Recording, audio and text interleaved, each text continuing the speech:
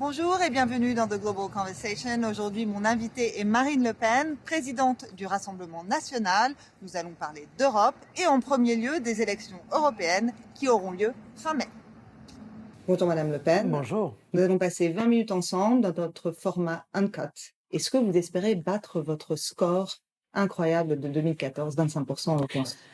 La situation de la vie politique française est un peu différente, puisqu'en réalité, il y a un parti de plus, c'est En Marche. Mais ce que je souhaite surtout, c'est que nous arrivions en tête, pour deux raisons. D'abord pour une raison, évidemment, vous le comprendrez, européenne, parce que je souhaite que nous soyons un très grand groupe de défenseurs des nations et d'opposition à cette Union européenne dont nous considérons qu'elle a échoué, qu'elle a failli. Mais aussi pour une raison nationale, c'est que je pense qu'il faut absolument que Emmanuel Macron soit battu dans ce qui représente des mi-termes en quelque sorte, pour que le signal lui soit lancé qu'il ne peut pas continuer la deuxième partie de son mandat comme il a commencé la première. Alors justement, En Marche, allié avec le MoDem, vous devancez un tout petit peu dans les sondages. Est-ce que vous pensez quand même pouvoir faire mieux que lui, que cette coalition? Oui, je le pense. Mais tout ceci dit une chose, c'est que nous sommes le premier parti de France. Car vous avez raison de le rappeler, cette liste En Marche est en fait une liste de coalition avec le MoDem et Agir également, et une partie de LR, si je puis me permettre, puisque M. Juppé, M. Raffarin, qui ne sont pas les moins connus des dirigeants Les Républicains, ont d'ores et déjà annoncé leur soutien à la liste En Marche. Et malgré tout cela, je pense qu'effectivement nous arriverons en tête à ces élections européennes, parce que nous représentons en réalité un espoir pour l'Europe. Cette Europe, elle a désespéré les peuples, cette Union européenne, par son caractère carcéral, ses chantages, ses menaces, et puis ses résultats, encore une fois, très mauvais. Or, il y a une autre Europe à construire. Alors, pour sauver l'Europe, il faut se détourner de l'Union européenne. On va y venir dans un instant. Maintenant, est-ce que vous pourrez dévoiler quelques points de votre programme, les 3 points principaux? Il n'est pas encore annoncé officiellement. Est-ce que vous pourriez sur Euronews nous dire, voilà, 3 points importants de votre programme? 3 points importants, c'est de retrouver les protections. Or, les protections, elles sont d'abord le fait des nations. Donc, suppression de Schengen, ça c'est une évidence. L'urgence, c'est de retrouver la maîtrise de nos frontières. On peut envisager une structure type Frontex de garde-côte internationale, mais qui n'interviendrait qu'à la demande des États qui sont confrontés à un flux migratoire massif. Mais nous devons retrouver, évidemment, la maîtrise de nos frontières. Deuxièmement, il faut arrêter la concurrence internationale déloyale. C'est-à-dire qu'il faut que les productions que nous n'avons pas le droit de cultiver ou de fabriquer dans l'Union européenne ne puissent pas être importées dans l'Union européenne pour éviter la concurrence internationale déloyale. Enfin, dans un troisième temps, il faut arrêter avec les accords de libre-échange, parce que les accords de libre-échange, c'est le contre-modèle écologique dans toute sa splendeur. Il faut qu'on en vienne à une véritable politique de localisme, de proximité, de production, parce que c'est cela qui va préserver nos territoires et préserver notre planète. Il y en aurait beaucoup d'autres, des sujets, mais ceux-là sont essentiels. Revenons sur le dernier point. Vous ne pensez pas qu'une Europe ensemble est plus forte, justement, dans le commerce international pour faire face à des blocs comme la Chine, comme les États-Unis? Se disperser de façon souverainiste, c'est être moins fort qu'à 27, enfin 28, bientôt à 27. Non mais, pardon, en bloc européen. Non mais d'accord, mais pardon, mais cette théorie-là, on nous l'a déjà vendue. Ça fait 25 ans qu'on est sous le sigle, si vous voulez, de cette philosophie-là. Le moins qu'on puisse dire, c'est que l'Union européenne, comme structure supranationale, n'a apporté que des faiblesses. La zone euro, qui est la zone de croissance la plus faible du monde, une désindustrialisation massive de nos pays, un chômage qui continue à augmenter, une pauvreté qui augmente, un niveau de sécurité sanitaire à cause des importations massives qui baissent. Donc, il ne suffit pas de dire ça. En revanche, que les nations ensemble, que les nations qui coopèrent ensemble, mais qui décident de coopérer, qui ne soient pas forcées de le faire en allant à l'encontre de leurs intérêts, mais qui souhaitent le faire parce qu'elles y voient un intérêt, puissent construire des projets. Oui, bien sûr, c'est notre vision. C'est Airbus, en fait. C'est Ariane. Ça fonctionne. Très bien, mais sans la PAC, je ne pense pas que la France, l'agriculture française, pourrait survivre. Oui, enfin, elle a survécu, excusez-moi, pendant des siècles sans la PAC. Faut pas non plus. Enfin, on est dans vous voyez, bon... dans un modèle économique très différent. Oui, et sans cette aide européenne aux agriculteurs français, 9 milliards, 7 milliards en aide directe, l'agriculture française ne pourrait pas survivre. Oui, mais madame, cet argent, il n'est pas fabriqué dans une cave de l'Union européenne. Enfin, M. Juncker n'a pas une grotte avec une machine à fabriquer les billets. Cet argent, il sort de la poche des Français. En réalité, nous avons versé... Et des Européens. Non, tout le monde contribue et on reçoit. Oui, enfin tout le monde contribue et on reçoit. Il y en a quand même qui contribuent beaucoup plus qu'ils ne reçoivent. En fonction de leur PIB, en fonction de leur économie. Donc c'est le cas de la France. Nous avons versé... C'est un principe de solidarité. Oui, nous avons versé net, 100 milliards depuis 20 ans. Alors, là, 100 milliards. Non, okay. Non, mais il n'y a pas... On peut être dans une bataille de chiffres, mais il y a différentes façons de les calculer avec les droits de douane en plus. Nous avons versé net 100 milliards depuis 20 ans. Bon, par conséquent, qu'on reçoive une petite partie de ce qu'on a versé, c'est quand même tout à fait légitime. Maintenant, objectivement, si on regarde les résultats de la PAC par rapport aux missions qui étaient les siennes, est-ce que vous êtes sûr que les agriculteurs français ont des raisons de se réjouir? Parce que moi, ce que je vois, c'est la disparition du modèle des exploitations familiales. Moi, ce que je vois, c'est des agriculteurs mis en concurrence déloyale avec des productions qui ne respectent pas les normes qu'on leur impose. Moi, ce que je vois, c'est que les protections qui avaient été mises en œuvre, type quota laitier, quota sucrier, ont disparu au fur et à mesure. Donc, très honnêtement, aujourd'hui, on ne peut pas dire que cette PAC a rempli sa mission, d'autant plus qu'on envisage de la baisser de 5%. Oui, et vous en désolez vous-même, vous êtes au Salon de l'Agriculture et vous en désolez vous-même. Mais j'espère bien. Donc on en a besoin, on n'en a pas besoin de l'Europe. Non mais madame, c'est notre argent. En l'état, la PAC est le fonctionnement actuel de l'agriculture européenne. Donc qu'on me dise qu'en plus on va baisser, c'est-à-dire qu'on va encore toucher moins que ce qu'on touche actuellement, au risque de voir nos agriculteurs être là pour le coup, pour une grande partie d'entre eux qui déjà ne vivent même pas de leur travail, jetés dans les difficultés, évidemment que je suis contre. Moi, je veux qu'on récupère le maximum d'argent qu'on donne à l'Union européenne, ou qu'on en donne moins, mais on ne peut pas être à ce point perdant, c'est pas possible. Parlons de ce point très important, l'après-élection européenne, la volonté de former un groupe certainement plus large que celui que vous avez eu du mal à former en 2014, finalement en 2015. À la faveur de la montée des mouvements nationalistes en Europe, vous espérez un groupe plus large. Est-ce que vous courtisez déjà les nouveaux venus comme Vox, par exemple ? Nous avons des discussions avec tout le monde.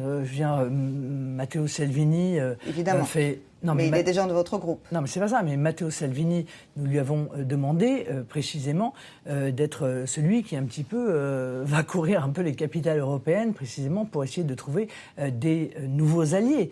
Nous serons plus nombreux, nous, ça c'est sûr, mais évidemment que nous voulons nous élargir. Et nous avons même, je vous le cache pas, l'ambition, ou en tout cas le rêve de pouvoir constituer un très grand groupe des défenseurs des nations, dans lequel on pourrait retrouver une grande partie de ECR, peut-être, de EFDD et de ENL. Ça, c'est vrai que ce serait vraiment quelque chose de très pertinent. Est-ce que les dérives démocratiques de certains de vos alliés potentiels ne vous dérangent pas? Pensons à Vox. Je parle du cas Vox. Il est assez nouveau sur la scène politique. Il a fait une percée au régional en Andalousie. C'est un parti quand même qui s'appuie sur des thèses très sexistes, qui veut amender la loi sur la protection des violences contre les femmes, qui veut arrêter les avortements, les subventions à l'avortement aux femmes. Enfin, vous, en tant que présidente d'un parti, vous, en tant que femme, comment vous positionnez par rapport à avoir des alliés comme eux? Mais Madame Vox, est une scission du Parti populaire, hein. Donc ils ne viennent pas de je ne sais quel extrémisme, hein. C'est juste une scission du Parti populaire. Ça dérangeait personne au sein du Parti populaire quand manifestement ces thèses étaient discutées. Donc on voit bien qu'on a quand même une vision qui est encore une fois idéologique. Bon. Mais moi je suis une souverainiste, madame. Moi je suis une démocrate. Donc à chacun ses affaires. Mais exactement, je pense que c'est au peuple... Mais vous voulez bien quand même faire partie du même groupe. Mais moi je considère que c'est au peuple espagnol de décider pour lui-même. Et si Vox enregistre une spectaculaire montée électorale, c'est probablement que ce qu'il exprime correspond aux préoccupations des Espagnols. Moi, je ne me mêle pas des affaires espagnoles. Et je pense que c'est bien d'ailleurs le problème de l'Union européenne, qui à un moment donné veut imposer un modèle unique à des pays dont, je suis désolé de le rappeler, sont différents, ont une culture différente, ont une histoire différente. Nous avons certes une culture européenne commune, mais nous avons chacun, encore une fois, des spécificités, une identité diversité, parfois même une identité économique, des points de force, des points de faiblesse. Et Dieu merci, parce qu'on dit unis dans la diversité. Mais dites-moi, elle est où là, aujourd'hui la diversité dans une Union européenne qui veut que tout le monde soit mangé à la même sauce? Vous ne pensez pas qu'il faut qu'il y ait, Union européenne ou pas, vous ne pensez pas qu'il faut un socle de droits fondamentaux respectés et respectables dans le groupe? Mais madame, vous dites ça. Bon, c'est votre propos, c'est votre opinion. Mais moi, je n'ai rien vu dans ce cas c'est l'opinion d'une démocrate, et j'imagine que vous êtes une démocrate comme moi. Non, mais c'est pas ça, c'est que je n'ai jamais rien vu dans ce qu'a pu dire ou faire Vox qui me permettent de considérer qu'ils sont antiféministes, etc. C'est dans leur programme. Qu'est-ce qui est dans leur programme? Le fait qu'ils veuillent révoquer la loi sur la protection des femmes et la violence faite aux femmes, c'est dans leur programme. Non, mais révoquer, ça veut dire quoi? Faire des amendements, qu'il y ait moins de protection. Bon. Mais ça, c'est votre avis, madame. Non, probablement, si vous leur posez la question, ils vont vous dire non, pour telle et telle raison, nous considérons que la loi est mal faite, etc. Moi, je ne crois plus une seule seconde quand les journalistes me posent ces questions comme ça, parce que je m'aperçois à chaque fois que la réalité est extrêmement différente. C'est pas l'avis d'une journaliste, en l'occurrence, c'est l'avis de quelqu'un qui a lu leur programme. Et on vient de faire un reportage, on les a rencontrés. Écoutez, parfait. Les Espagnols, ça a l'air de leur plaire, en tout cas. Écoutez, une petite minorité. Parlez-nous un petit peu de cette alliance européenne des nations que vous voulez créer. Vous voulez plus d'Union européenne, en tout cas pas dans sa forme actuelle. Ça veut dire quoi, l'alliance européenne des nations? C'est simple, si vous voulez, on a toujours mélangé l'Europe et l'Union européenne. Quand on parle de l'Union européenne, on parle de l'Europe. Alors moi, je sépare tout à fait les deux. Disons que c'est un petit peu comme si on me disait, est-ce que vous êtes contre l'aviation? Non, je suis pour l'aviation. Je trouve que c'est une formidable aventure humaine. Mais je suis contre la compagnie aérienne. L'Union européenne, c'est la compagnie aérienne. Je veux changer de compagnie aérienne. Je veux qu'il y ait une organisation européenne. Je veux que les nations s'entendent sur un certain nombre de domaines. Pas tous. Pas ceux qui aujourd'hui sont captés par l'Union européenne.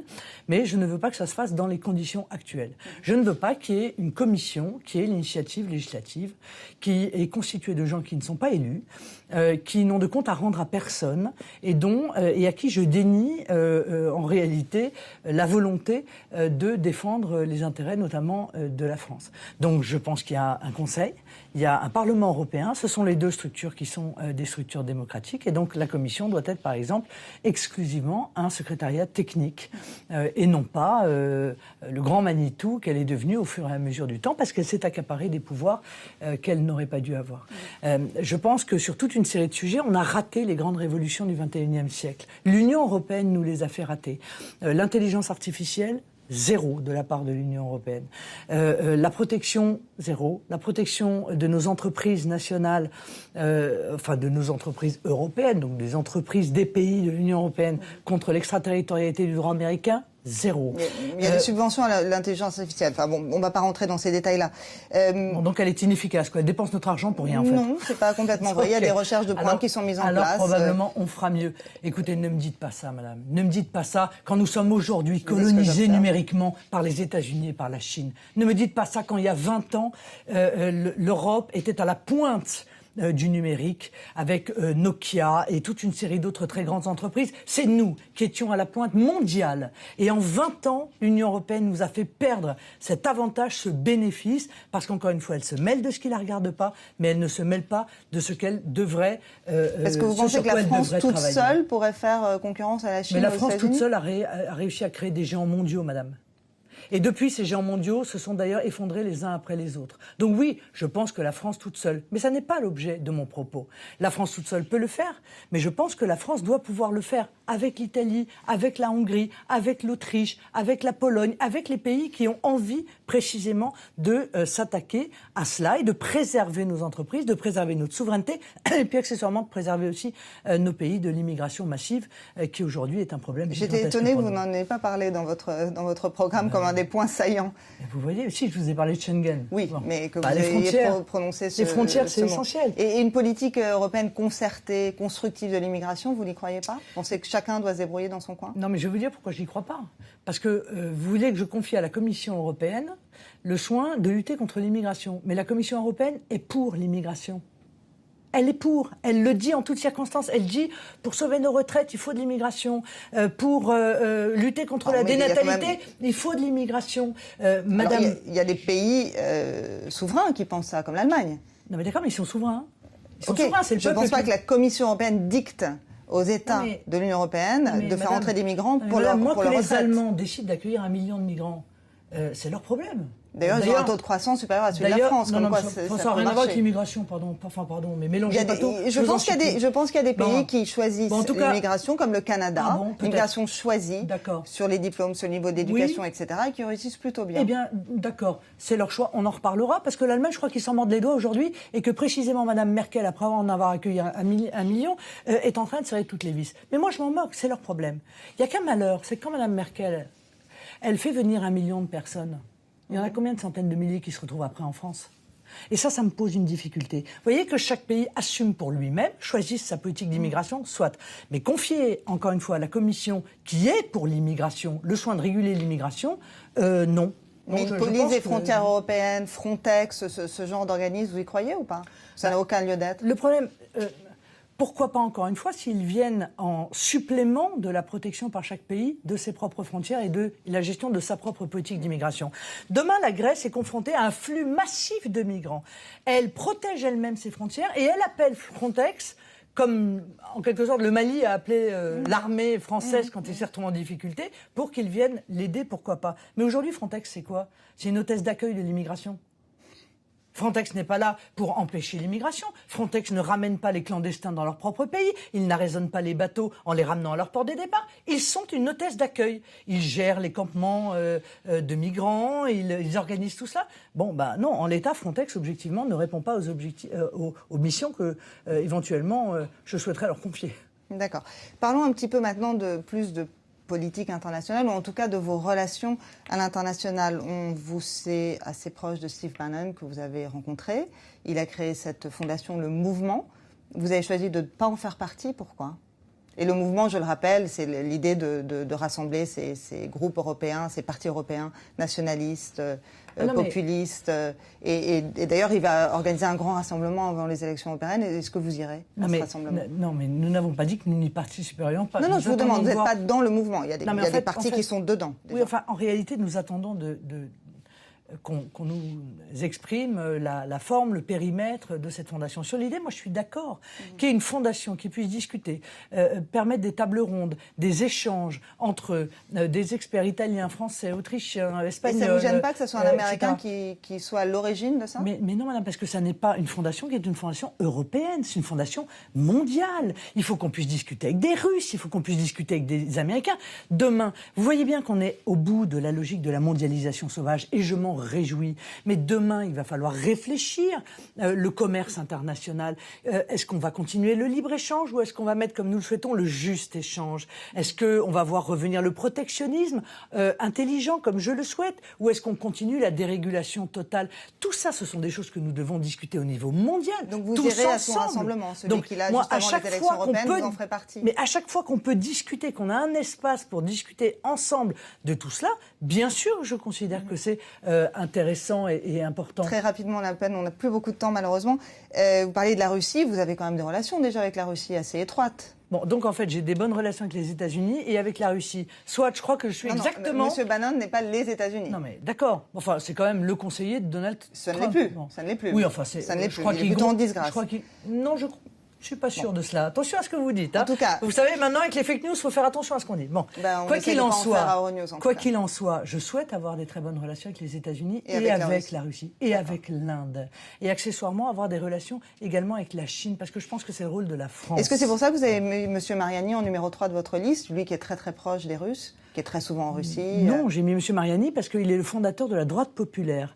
Et un transfuge des Républicains. Il exprime ce rassemblement que j'ai souhaité. Il a beaucoup d'entrées chez les Russes, M. Mariani. Oui, il a de très bonnes relations avec les Russes, mais c'est très bien. J'ai des gens aussi sur ma liste qui ont des très bonnes relations avec les États-Unis. Et soit, et tant mieux, car encore une fois, la France a une place particulière dans le monde et elle doit conserver cette voie particulière et elle doit être une puissance d'équilibre. C'est dans ce monde multipolaire que je souhaite voir réémerger, et qui réémerge, c'est, je crois, quelque chose d'essentiel.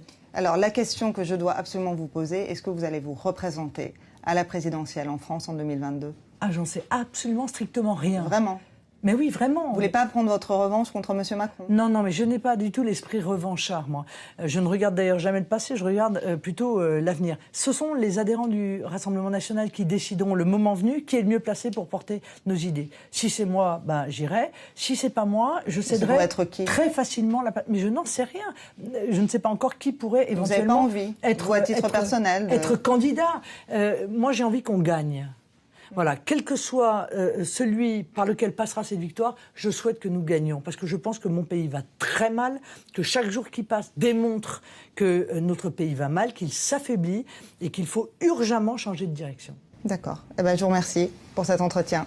Merci Madame Le Pen.